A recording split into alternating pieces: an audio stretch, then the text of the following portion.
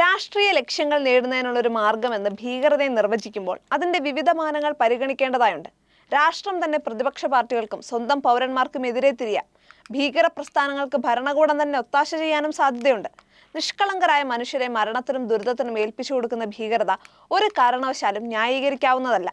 മതപരമായ ലക്ഷ്യങ്ങൾ നേടുന്നതിന് രാഷ്ട്രീയ നേതൃത്വത്തെ നിർബന്ധിക്കുന്ന തരത്തിലും ഭീകരത പ്രത്യക്ഷപ്പെടാറുണ്ട്.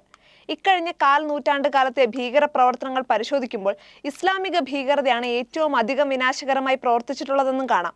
എല്ലാ ഭൂഖണ്ഡങ്ങളിലും അവരുണ്ട്, വ്യത്യസ്ത പേരുകളിൽ. ഇസ്ലാമിക ലോകം കെട്ടിപ്പടുക്കുക എന്ന ഉദ്ദേശത്തോടെ പ്രവർത്തിക്കുന്ന മുസ്ലിം ബ്രദർഹുഡ്, ക്രൈസ്തവരും യഹൂദരും ഇല്ലാത്തൊരു ലോകമാണ് ലക്ഷ്യമെന്ന് നിയമാവലിയിൽ തന്നെ എഴുതി വെച്ചിരിക്കുന്ന ഹമാസ്, ഹിസ്ബുള്ള മുതലായ ഭീകര സംഘടനകൾ ലോക സമാധാനത്തിന് ഭീഷണിയാണ്.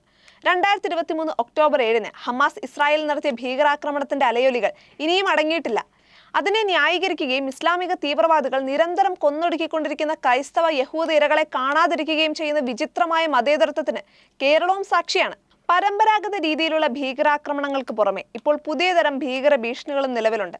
Cyber terrorism, narco terrorism, nuclear terrorism, economic terrorism, communist terrorism തുടങ്ങിയവ അവയിൽ ചിലതാണ്. ഭീകരാക്രമണ ഭീഷണികൾ ഒഴിഞ്ഞൊരു കാലം ലോക ചരിത്രത്തിൽ ഉണ്ടായിട്ടില്ല.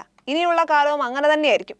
എങ്കിലും അക്രമ ഭീഷണി കുറച്ചുകൊണ്ടുവരാൻ എല്ലാവരും, പ്രത്യേകിച്ച് രാഷ്ട്രീയ മത നേതാക്കൾ ശ്രദ്ധിക്കേണ്ടത് മനുഷ്യവംശത്തിന്റെ നിലനിൽപ്പിനും പുരോഗതിക്കും ആവശ്യമാണ്.